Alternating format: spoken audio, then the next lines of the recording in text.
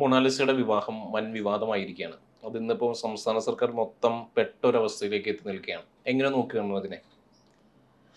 അല്ല, സംസ്ഥാന സർക്കാർ പെട്ടെന്ന് പറഞ്ഞിട്ടുണ്ടെങ്കിൽ എന്താ, സംസ്ഥാന സർക്കാർ അറസ്റ്റ് ജയിലിടും.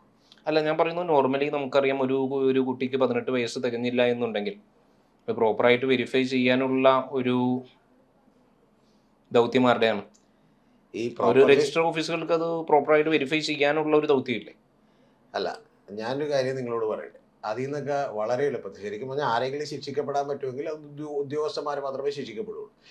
ഇത് യഥാർത്ഥത്തിൽ വിവാദമാക്കുന്ന ആളുകളുടെ ഉദ്ദേശം എന്ന് പറയുന്നത് ഏതെങ്കിലും ഉദ്യോഗസ്ഥ ശിക്ഷിക്കപ്പെടണമെന്നുള്ളതല്ലല്ലോ. പകരം ആ വിവാഹത്തിൽ പങ്കെടുത്തത് ഒന്ന് ഗോവിന്ദൻ മാഷാണ്, രണ്ടാമത്തേത് ശിവൻകുട്ടിയാണ്. അപ്പോൾ ഇത്തരം ആളുകൾ പങ്കെടുത്തു എന്നുള്ളത് കൊണ്ടാണ് അവർക്കെതിരെയുള്ള ഒരു ആരോപണമായിട്ട് ഇത് ഉന്നയിക്കുന്നത്. നമ്മൾ ആരെങ്കിലും കല്യാണത്തിന് വിളിച്ചാൽ നമ്മൾ നേരെ തന്നെ എന്ത് ചെയ്യും, മറ്റേ പോകുന്നതിന് മുമ്പായിട്ട് നിങ്ങളുടെ മറ്റേ ആധാർ കാർഡോ അല്ലെങ്കിൽ ബർത്ത് സർട്ടിഫിക്കറ്റോ കാണിക്കാൻ പറയുകയോ ഇല്ല, ഒന്ന്.